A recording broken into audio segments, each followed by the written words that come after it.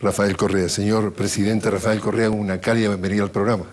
Jorge, muchas gracias. Un abrazo a través de Telesur a toda la patria grande, a todos los que nos siguen, incluso en América del Norte. Muy felices por la victoria popular en Ecuador, que también es la victoria de la patria grande. Bueno, y ahí viene la primera pregunta, señor presidente, porque el candidato Guillermo Lasso ha dicho textualmente, y repito sus palabras: no aceptamos y no reconocemos los resultados que pretenden instalar un gobierno ilegítimo. Y le pregunto yo a usted, ¿qué dice esa afirmación de la cultura política y el respeto a la institucionalidad? Así es la prepotencia de nuestra oligarquía, ¿no? Se cree dueño del banco, entonces dueño del país. Es dueño del banco, lo que no es dueño del país.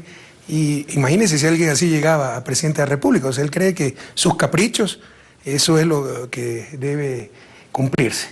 Y esto se basa en la trampa que ellos mismos hacen, un exipol fraudulento, ¿no? De hecho, estaba leyendo un artículo que parece que ya han detectado el dinero que le pagaron, que le daba 6 puntos arriba. Pero eso era absolutamente irreal. El otro exipol, que no lo publicaron ciertos medios, no lo publicaron ciertos medios, nos daba 4 puntos arriba a nosotros. Los conteos rápidos nos daban 2 puntos arriba, muy cercanos. El perfil de opinión del otro exipol, el conteo rápido de la Política Nacional, el conteo rápido de la participación ciudadana, que dolosamente también dijo, hay empate técnico cuando sabían que ganábamos por lo menos. Y lo dio bastante después. Al día siguiente, porque son cómplices de este señor. Y fíjese lo peligroso, ¿no? Un canal comercial de televisión que tenía de engreído a este señor Lasso, a tal punto que su noticiero Contacto Directo, cada mañana, hay un entrevistador que es Alfredo Pinargote, otro amargado con todos nosotros. Sí, Estefanía Espín, ya lo anunciaban en redes como Contacto Directo, Alfredo Pinargote, Estefanía Espín y Guillermo Lasso, porque era tan descarado el apoyo a este señor. ¿Ya? Ese canal, sabiendo que hay otro exipol que nos da la victoria a nosotros, lo proclama presidente electo Lasso. ¿Se imagina el funesto precedente?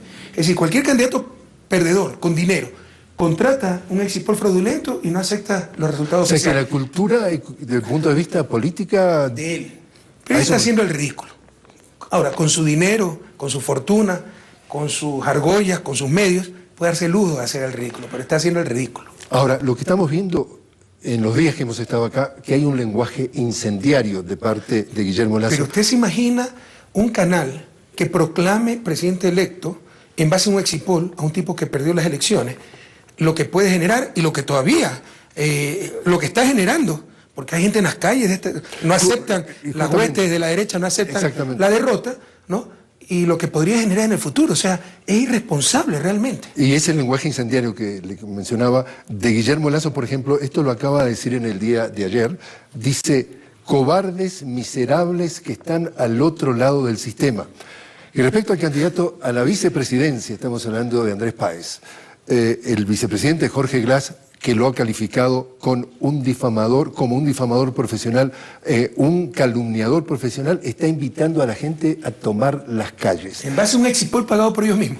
Entonces, esto es un fenómeno nuevo, es decir, ¿qué se busca con este nivel de, digamos, de descalificación y de violencia? La prepotencia de la derecha, pues como siempre, no le importa en absoluto la democracia. Lo que no logran en las urnas, tratan de lograrlo por la fuerza.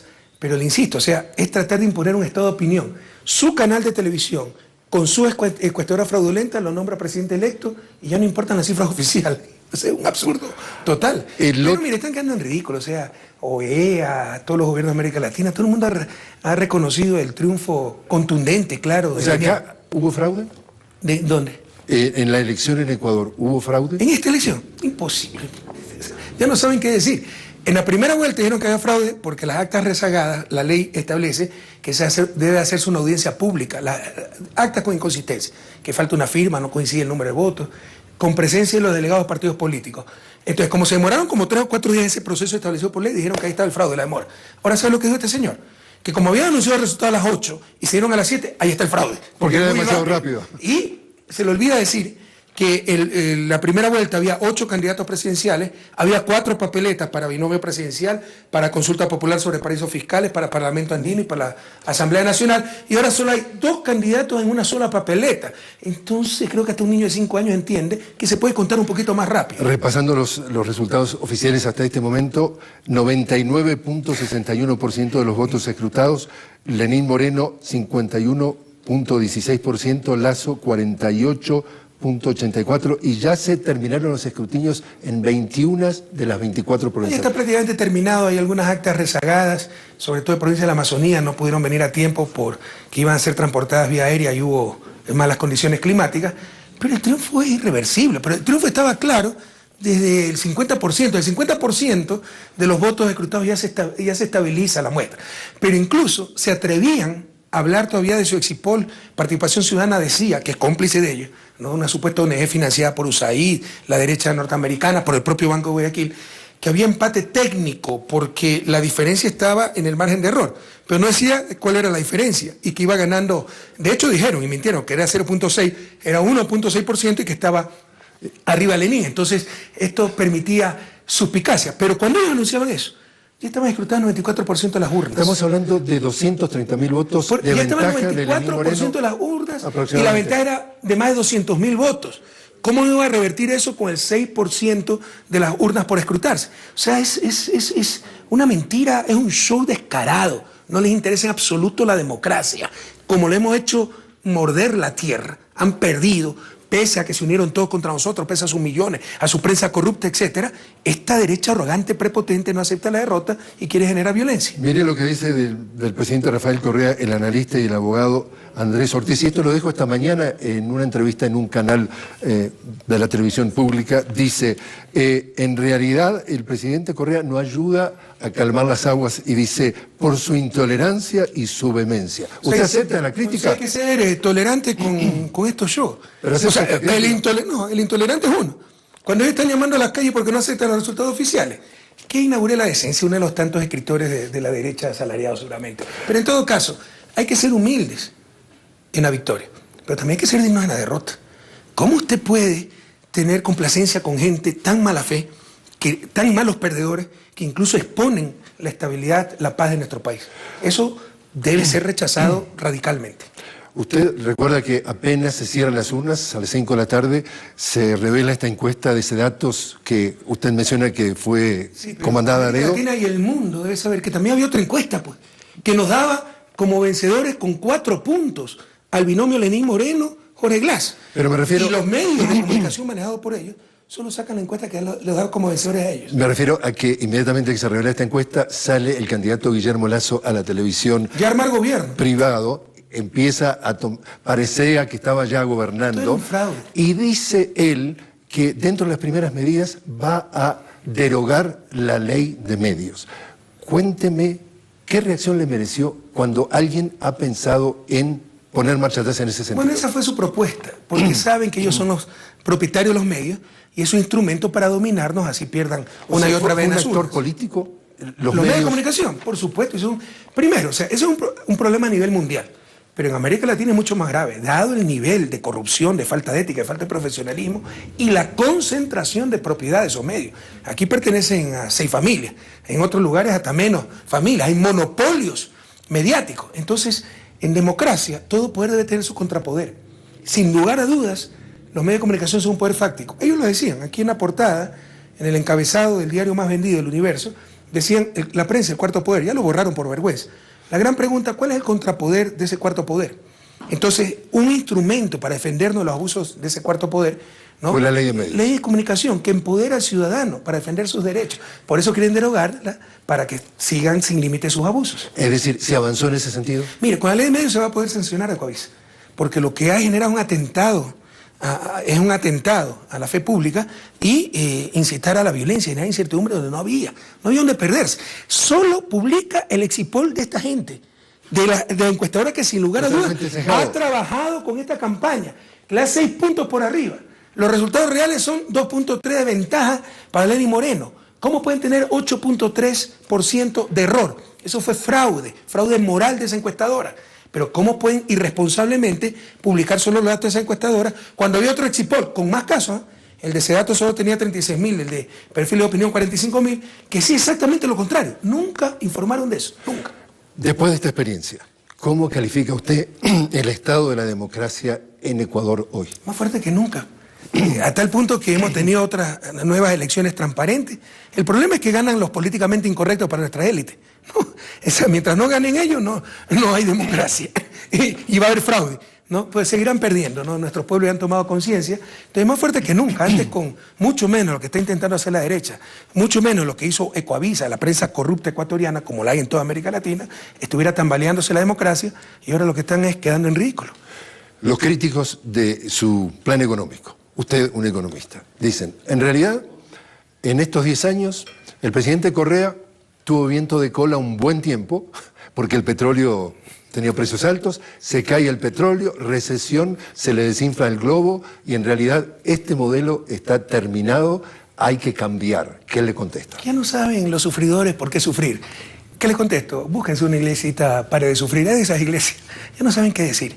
Saben que ha sido la década ganada, un éxito completo, se ha duplicado el tamaño de la economía, hemos sacado 2 millones de ecuatorianos de la pobreza, una población de 16 millones, pasamos de ser los países más desiguales a los más equitativos, y la fortaleza de la economía ecuatoriana se ha demostrado en estos últimos años donde nos ha pasado de todo, porque tal vez se le olvidó a esos analistas decir, pequeño detalle, que tuvimos un terremoto de casi 8 en la escala Richter, que nos hizo perder más de 3 puntos del PIB, de crecer 0.7%, ¿ya? Entonces se los olvidan esos pequeños detalles, o cuando lo reconocen, dicen que hasta el terremoto es culpa de las políticas de Correa. Y usted decía que es complicado lo del dólar también. Y sin moneda nacional. Se nos desplomaron, ¿ya? 10.000 millones, esos son más de 10 puntos del PIB en 2 años, casi 40% de las exportaciones. En cualquier economía donde sucede un choque externo de tal magnitud, tiene que apreciar la moneda. No tengo moneda nacional, el dólar se apreció. Cualquier economista profesional sabe que eso tritura la economía. Pese a eso, hemos superado ya la recesión y entregaremos el 24 de mayo una economía en crecimiento y estabilizada. Y eso es lo que les duele en el alma. Que Correa no es suertudo. Primero, es tan primario el análisis que hace, que por ejemplo comparan ingresos corrientes petroleros. O sea, el precio del petróleo al inicio de 80 a 40 dólares, ahora lo tuve en casi 100 dólares. Sí, esos 40 dólares más de 100 dólares a valor actual. Es un ejercicio demasiado elemental. Segundo, hay que descontar los costos. Antes del costo de producción, los campos jóvenes de nuestras petroleras, Petroecuador, la pública, el costo de producción era 5 dólares. Ahora tenemos pozos que nos cuestan 30, 40 dólares. Entonces usted tiene que sacar el ingreso neto en términos reales. Son ejercicios demasiado elementales. Y por último, no es lo mismo tener 500.000 barriles de producción con una población de 6 millones que 500.000 barriles con una población de 16 millones. Hay que sacar el ingreso neto en términos reales per cápita. Si usted hace ese ejercicio, que cualquier estudiante de economía sabe que hay que hacerlo, tengo menos ingresos que el histórico del Ecuador, pero ya no saben cómo justificar el éxito y la década ganada de la revolución. Y por último, no lo decimos nosotros, busque el estudio de Boston Consulting Group, una fundación norteamericana, que pone al Ecuador de lejos como el país que mejor aprovechó los altos precios del petróleo. ¿Qué tiene que decir sobre las acusaciones de corrupción que salpicaron a su gobierno? Que nosotros no toleramos la corrupción. Pero hasta el Papa, pues en el Vaticano ha dicho que hay corrupción. Entonces el Papa es corrupto. Pero eso lo manipularon muy bien. O sea, por un sinvergüenza, un exministro, ¿no? Que recibió coimas, Carlos Pareja Yanuseli, que recibió coimas en una cuenta secreta de un paraíso fiscal, todos somos corruptos. Resulta que ese tipo, por el terror, porque sabe que con nosotros no hay impunidad, ¿que está en Miami? Grabó videos para apoyar a la candidatura de Lazo y atacar a nuestra candidatura. O sea, los corruptos están con ellos, no con nosotros. Yo le puedo garantizar que mi gobierno es honesto, que no toleramos la corrupción, pero lo que no puedo garantizar es que haya un pillo que traicione la confianza del presidente. ¿Quién lo puede garantizar aquello? Deberíamos ser parapsicólogos para aquello. Y usted tuvo un esfuerzo muy importante, lo tomó casi como una iniciativa personal, luchar contra el tema de los capitales en paraísos fiscales. Tanto es así que propuso una consulta popular, ganó su propuesta, que no pueden participar en la vida pública personas que tengan o propiedades o dineros en paraísos fiscales. Ganó 55% su propuesta contra el 45%. La corruptela que se dio en Petroecuador no se hubiese podido dar sin los paraísos fiscales. ¿Cómo usted detecta una coima en una cuenta secreta de un paraíso fiscal? Lo que sí puede detectar es que hay piponazgo, reparto en las aduanas, en las telefónicas, en el registro civil, coimas, etc. Eso ya no existe en el país. Cuando yo llegué al país había esa corrupción generalizada, tolerada, evidente. O sea, usted quería apoyo en el Congreso, estoy en las aduanas, dame el apoyo. Así era la política ecuatoriana. Ya no existe nada de eso. Pero existe esta corrupción, ya que depende del individuo, no institucionalizada. La coima en la cuenta secreta de un paraíso fiscal. Entonces, ¿cómo se combate eso? ¿Cuánto dinero? Seamos realistas. Por ejemplo, prohibiendo esos paraísos fiscales a los funcionarios públicos. Por eso hicimos esa consulta que gracias a Dios y al pueblo ecuatoriano la ganamos. Yo quisiera acotar algo. Ya está prácticamente resuelto el caso de corrupción de Petroecuador. Hay un exministro nuestro involucrado que traicionó nuestra confianza. ¿Hay gente condenada? ¿Ya? Ya hay hasta sentencias por uno de los casos, porque se han puesto como 4 o 5 acusaciones.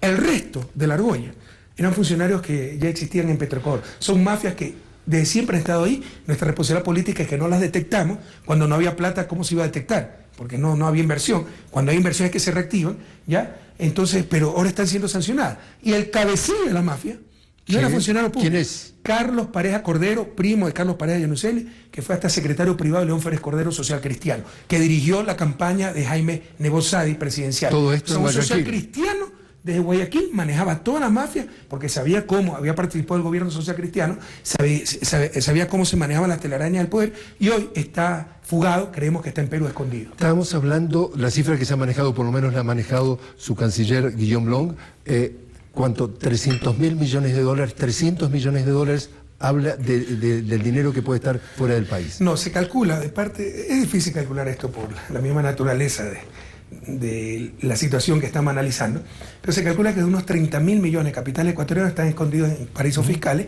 eso es 30% de nuestro PIB, entre ellos muchos capitales de nuestro candidato opositor, Guillermo Lasso. En una investigación de página 12 evidenciaron que tiene 49 empresas offshore. Quiere decir que eso, ¿qué pasaría si ese dinero estuviera dentro del país? Bueno, pues habría una gran reactivación.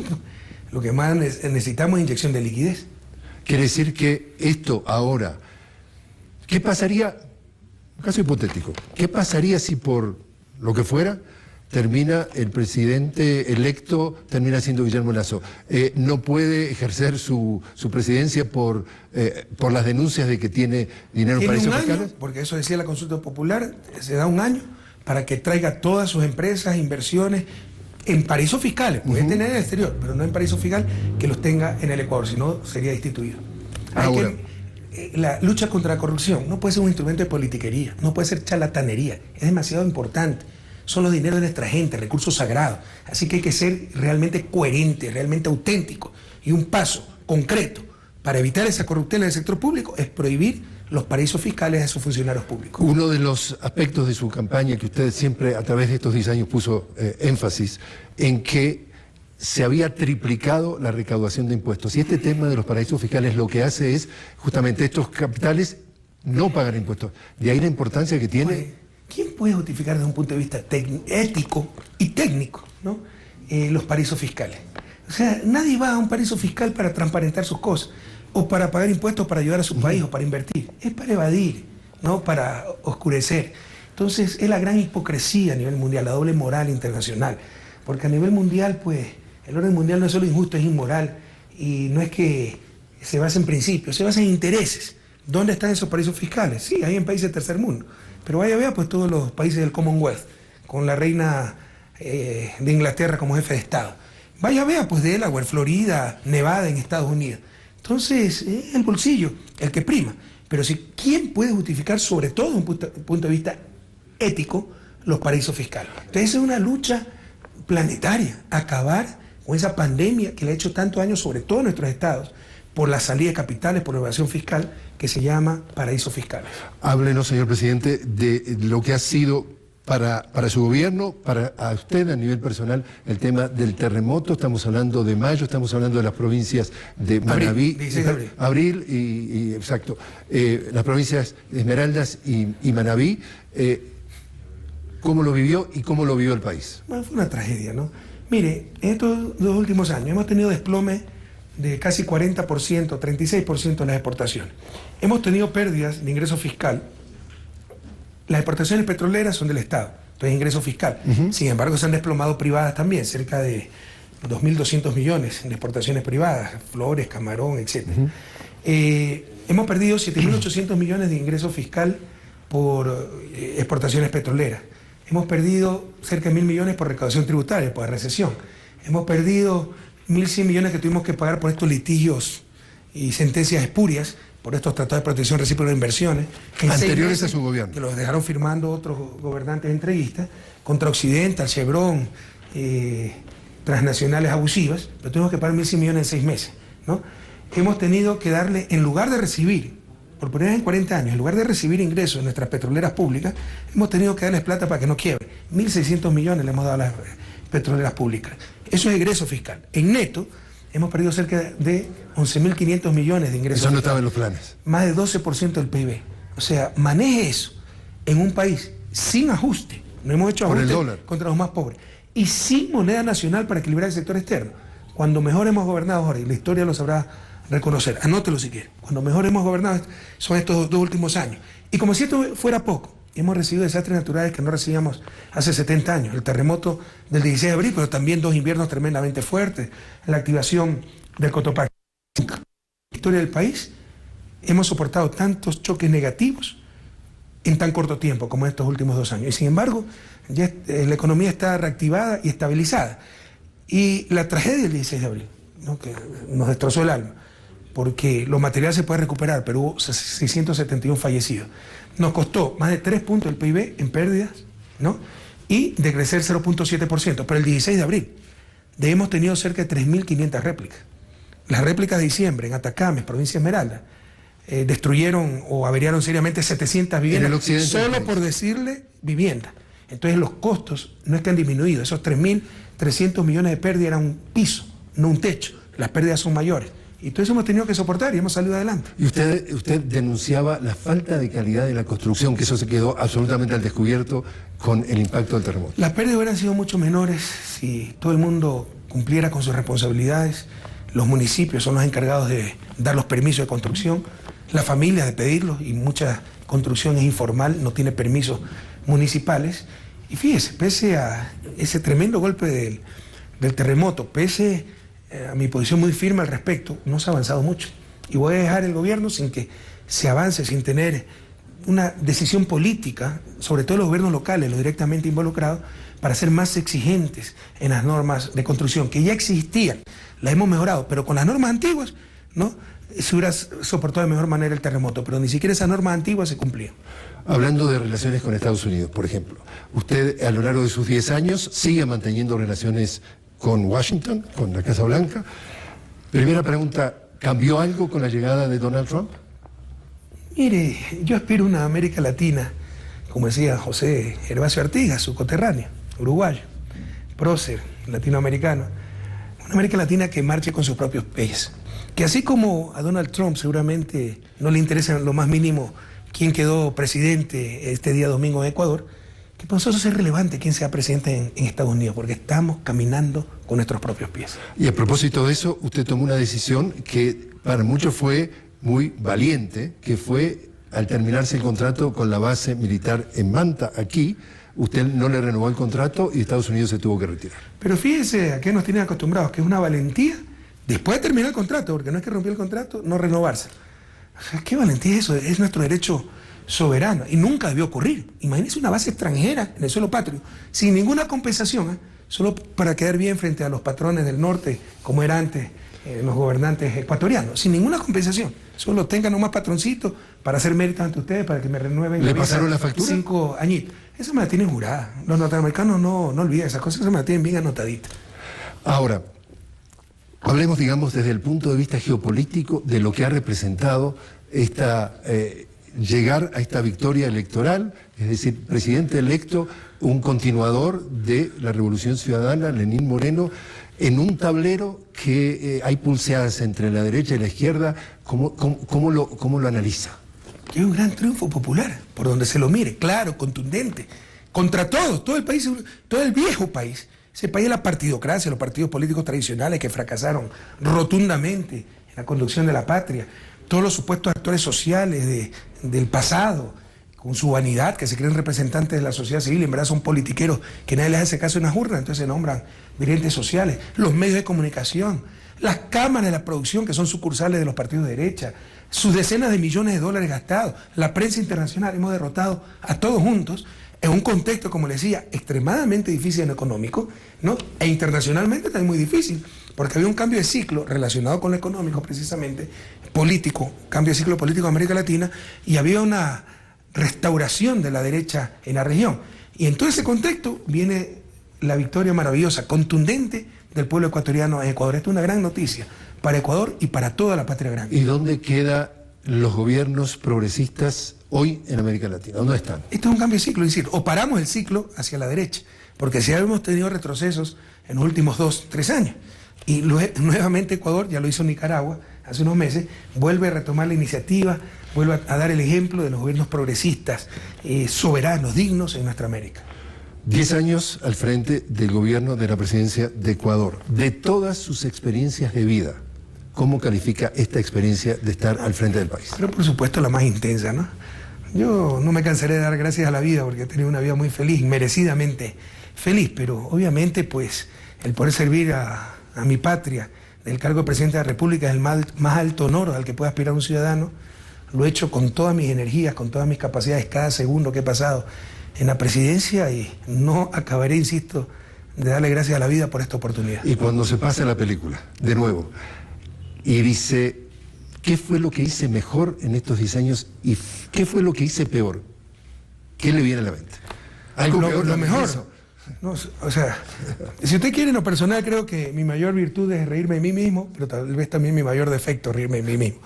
Yo creo que entre mis escasas cualidades ser auténtico, y creo que esa autenticidad la reconoció el pueblo ecuatoriano. Que Correa pierde la paciencia. ¿Quién no pierde la paciencia de vez en cuando? Que Correa no es tolerante porque le hicieron una mala seña. Usted va con su familia, un malcriado hace una mala seña, que le da un beso y un abrazo, ¿no? Entonces me vieron como ser humano, y eso nos ha dado un gran apoyo popular. Y puede ser también un error, porque eso lo han tratado de manipular los enemigos, para decir que yo soy lo mejor y tal vez lo peor, el ser auténtico, ¿no? Pero bueno, si vuelvo a repetir la experiencia, seguiría con la misma autenticidad. Yo creo que el balance es muy positivo. Mire, en líneas estratégicas creo que hemos tenido grandes aciertos, si no, no estaríamos aquí, no hubiésemos ganado las elecciones el domingo pasado. Pero obviamente, como en toda obra humana, como en todo el camino que se recorre, puede haber resbalones, y claro que hay errores. Por ejemplo, en nombramientos de gente, ¿no? Por ejemplo, Capaya. Por ejemplo, nos engañó a todos. Todos creíamos que era un hombre honesto. Era referencia y honestidad en el sector petrolero. Él fue el que declaró la caducidad de Occidental, de la empresa esta transnacional, por incumplir el contrato en el gobierno de Alfredo Palacio. Era la referencia en la honestidad. Y yo creo que era honesto, pero creo que se le dañó el corazón. En arca abierta el justo peca.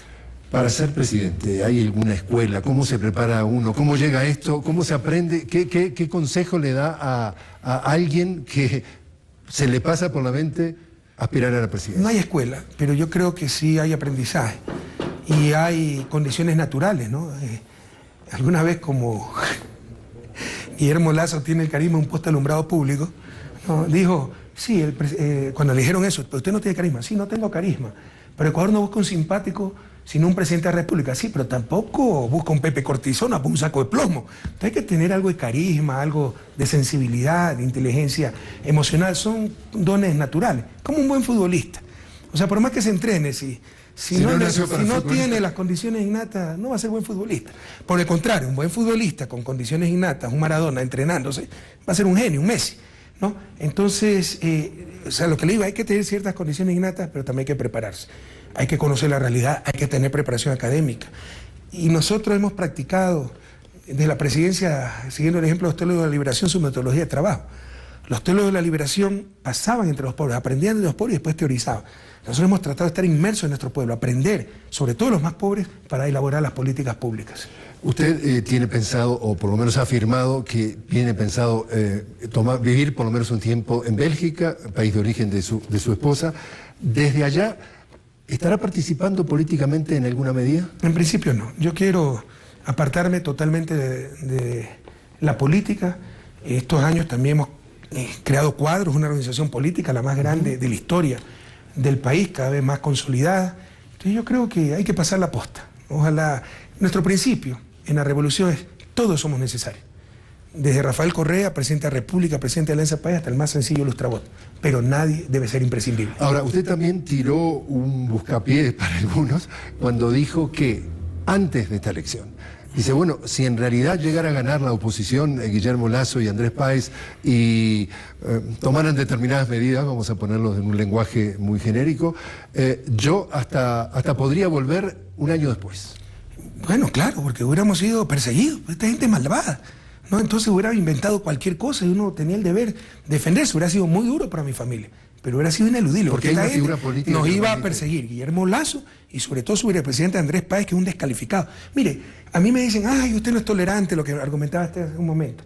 Usted no sabe los adversarios que hemos tenido. O sea, hay gente realmente perversa, miente. ¿Deberían estar sometidos a la justicia? Por supuesto. Muchos de ellos, cuántas calumnias han lanzado. Este Andrés Páez, el 19 de febrero, decía, aquí están las pruebas del fraude de las actas adulteradas. Le hace un close-up. Son las cartillas de capacitación que utiliza el Consejo Nacional Electoral. Todo un fraude moral, todo un show, toda una mentira. Son irresponsables. Entonces nosotros somos muy respetuosos de la oposición. Yo vengo de la academia. Estoy acostumbrado a que la gente piense distinto, a argumentar, a que me contradigan. Pero otra cosa es ser tolerante con la deshonestidad, con la mala fe. Ahí debemos tener tolerancia cero.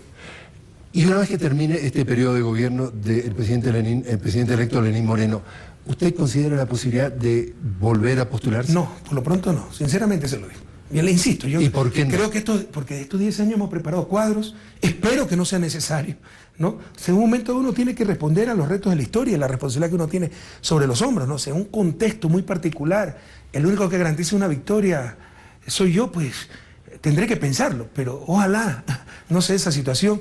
Y hemos formado muchos cuadros, tenemos muchos jóvenes brillantes en estos 10 años que se han formado, que han evolucionado, que están preparados, y ojalá ellos tomen la posta. ¿Y cómo es su relación a todo nivel, a nivel político, a nivel personal, a nivel institucional, con el presidente electo Lenín Moreno? Una profunda amistad, cariño, respeto. Obviamente en muchas cosas no tenemos coincidencia, ni yo coincido conmigo hoy mismo todo el tiempo, ¿no? Puede ser que de mañana piense algo y al acostarme piense otra cosa, pero Lenín Moreno es un gran ser humano, no dejo la patria y eso me da mucha tranquilidad en las mejores manos. En ese sentido, para un público que no está familiarizado, ¿qué es lo que podría intuirse que podría cambiar bajo la presidencia de Lenín Moreno? Por ejemplo, yo creo que es la persona adecuada para el momento adecuado, o sea, no me pida más de lo que puedo dar. Yo soy de la costa, nosotros somos muy frontales, le decía, auténticos, coléricos si cabe el término, ¿no? Que es una característica de ciertas personalidades. O sea, llamamos las cosas por su nombre. Entonces a mí no me pidan que un traidor que buscó el momento oportuno para darnos la puñalada por la espalda, entonces, hermanito, no pasó nada, bienvenido. Yo soy de la línea de Tomás Borges, ese gran comandante sandinista que decía, siempre se puede confiar en los traidores, no cambian nunca. En cambio, Lenín Moreno ha hecho un llamado a todos a que regresen los que se fueron. Bueno, respeto mucho su decisión, la admiro. Hay un llamado. Yo no puedo. Hay un llamado al diálogo, a buscar consenso. Nosotros siempre hemos llamado al diálogo, siempre hemos buscado consenso, pero no caigan en el error del diálogo de sordos. No caigan en el error que por lograr consenso se claudiquen principios. Eso jamás lo aceptamos, ¿ya? Y es verdad, a mí me cuestan esas cosas, sobre todo con la gente que ha sido desleal, que no ha respetado principios, oportunistas. Lenín tiene otra forma de ser, y en buena hora para el país. Mire, si quiere, a mí me tocó en 10 años construir un sistema, no había nada. Crear escuelas, rescatar la educación de las manos del MPD, que era un partido de extrema izquierda que había destrozado nuestra educación, quitar los organismos de control financiero de las manos de la banca, quitar las instituciones productivas de las manos de las cámaras de producción. O sea, ha sido una lucha constante. Yo creo que ya existe un sistema, ya estamos en otra etapa. Toca administrar ese sistema y una personalidad como Lenín Moreno creo que es la justa para aquello. Por último, señor presidente, ¿qué piensa hacer en Bélgica? Como alguna vez me dijo un asesor, no quiero ser arrogante, ¿no? Pero grafica bien. O sea, ya pasamos la etapa de que se necesitaba un príncipe guerrero y ahora se necesita un rey sabio. Probablemente ese rey sabio es Lenín. ¿Usted era el príncipe guerrero? No sé, por eso le dije que me lo dijo un asesor. Entonces ahora le repito la última pregunta, señor presidente. Pero no me pidan más de lo que puedo dar. A mí me gusta llamar al pan pan, al vino vino. Y bueno, así nací, así moriré. Se puede moldear el carácter, pero no se lo puede cambiar. Y no creo que sea malo. Creo que depende de las circunstancias. Y creo que para el momento histórico que vive el país, mejor es un carácter como el de Lenín. Otra vez, por último, ¿qué piensa hacer en Bélgica? Quehaceres domésticos. Pero no lo veo cortando el césped. ¿Y por qué no? ¿Sabe que lo que...? No tengo césped, yo tengo un estudio que también, que lo gané en un litigio contra un banco, que él me lo puso antes de ser presidente y se lo gané, ¿ya? En vez de decir, ay, no sea malito, era por $140, creo, de que por error de ellos me habían seguido cobrando cuando fui a estudiar a Estados Unidos. Regresé, me encontré que estaba en central de riesgo, declarado moroso y con juicio. Y en vez de pagar los $140, bueno, vamos al juicio. Gasté miles de dólares, no podía sacar créditos, nada de eso, y les gané el juicio. ¿Ya? Con eso compró. Entonces, con esa indemnización pude comprar un departamentito porque pensaba que mis hijas iban a estudiar en Bélgica, al lado de la universidad donde yo estudié, y como son bastante independientes y estaban bastante cansadas de la vida pública, de perder su privacidad, ellas se ganaron becas del gobierno francés y fueron a estudiar a Francia. Dicho sea de paso, eso molestó mucho a mi esposa. Pero un cuartito de, ¿cuánto será? 50 metros cuadrados, un solo cuarto detrás de la cocina, ¿ya? Es un estudio para una pareja de estudiantes. Entonces ahí vamos a vivir y después ver si se puede alquilar algo más grande. ¿Y sabe lo que dice la gente? No tengo césped. La gente que es sus amigos cercanos dice, bueno, por lo menos lo primero que tiene que hacer la señora es sacarle el celular para que no haga más tweets. Por supuesto. Ahora, sí necesitamos ese momento de paz, ¿no? Uno sí se cuestiona porque toma decisiones que involucran a la familia. Porque bueno fuera que usted sea ser presidente y bueno, las consecuencias de esa decisión las asume usted, pero las asume la familia. Sobre todo un medio como latinoamericano y con una oposición como la que enfrentamos, que no ha sido oposición, ha sido conspiración permanente, ¿no? Desestabilización permanente. Y no han respetado ni lo privado, ni la familia. Usted viera las amenazas, los insultos, las calumnias. O sea, mi esposa acaba de regresar de Bélgica, porque tuvieron 2 semanas de vacaciones en el colegio donde estudia mi hijo. Y regresó con las maletas vacías. Cuando se fue, dijeron que salió huyendo con 14 maletas. Eso publicaron en Twitter. Y regresó, no se había comprado un lápiz. Le dije, ¿por qué ella conoce allá sus tiendas? ¿Por qué no te compraron? No, para que no digan nada. Porque una vez, hace un par de años, ¿no? Cuando era el cumpleaños de la amiga de mi hija, que estudiaba en Bélgica, yo entré a comprar en un centro comercial un perfume que estaba de oferta incluso. Ni diga el regalo, porque estaba de oferta. Ya, ni diga esa parte. Estaba a mitad de precio. Y unos migrantes ecuatorianos me reconocen, presenta una foto. Y me tomo con la fundita del regalo y en el shopping, ¿ya? Que además entramos porque hacía un frío terrible y había calefacción. Y el migrante con mucho orgullo lo publica en su Facebook, lo sacaron de ahí y dijeron que me había ido de shopping a Europa. Entonces, es un ejemplo. Después de eso, pues mi familia ni siquiera quiso salir a la calle. O sea que su familia también pagó el precio. Por supuesto. Y nos pasa mucho. Lo que le han hecho el presidente del Consejo Nacional Electoral, o sea, es por la prepotencia de esta derecha, o sea, que se cree dueña del mundo y sus alrededores. Entonces, es mucho más dura en América Latina. Y la familia paga un precio. Entonces ya es hora de reponer un poco el tiempo que le hemos sacado a esa familia. Vamos a revisar si el césped en algún momento lo va a cortar. No tengo césped. De repente para cuando alquile una más grande. ¿Ah? Cuando alquile o se mude a una casa más grande. Y nunca he cortado césped, no sé cómo manejar eso. Tenemos un jardincito en el complejo donde vivimos, pero hay un señor que va a hacer el césped. Asignatura pendiente, señor presidente. Pero sí lavo platos, sí tiendo la cama, sí todo eso. Cocino. En eso sí. Todo lo que hemos vivido solos. Todo lo que hemos vivido solos. Debemos aprender esas destrezas. Señor presidente Rafael Correa, muchísimas gracias por haber estado con nosotros. Gracias a usted, Jorge. Un abrazo a Latinoamérica, un abrazo a Telesur, una esperanza de la buena prensa, prensa latinoamericana, prensa verdadera, independiente, no esta prensa cooptada por los poderes fácticos de nuestros países, cooptada por familias ricachonas que en lugar de informar manipulan permanentemente. Nuevamente, muchísimas gracias. Gracias a usted. Estábamos hablando entonces con el señor presidente de la República del Ecuador, Rafael Correa, desde el Palacio Presidencial de Carondelet, en Quito. Ahora regresamos con ustedes. Estas elecciones en Ecuador que han...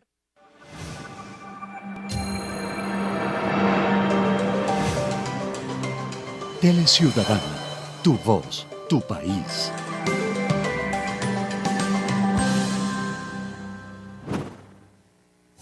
Ahora, escúchanos en FM Quito 106.9, Cuenca 93.7, Manta y Portoviejo 100.1, Loja 106.5. Una sola señal, cubriendo todo el Ecuador. Bienvenidos a Ciudadana FM. En el Parque Nacional Cayambe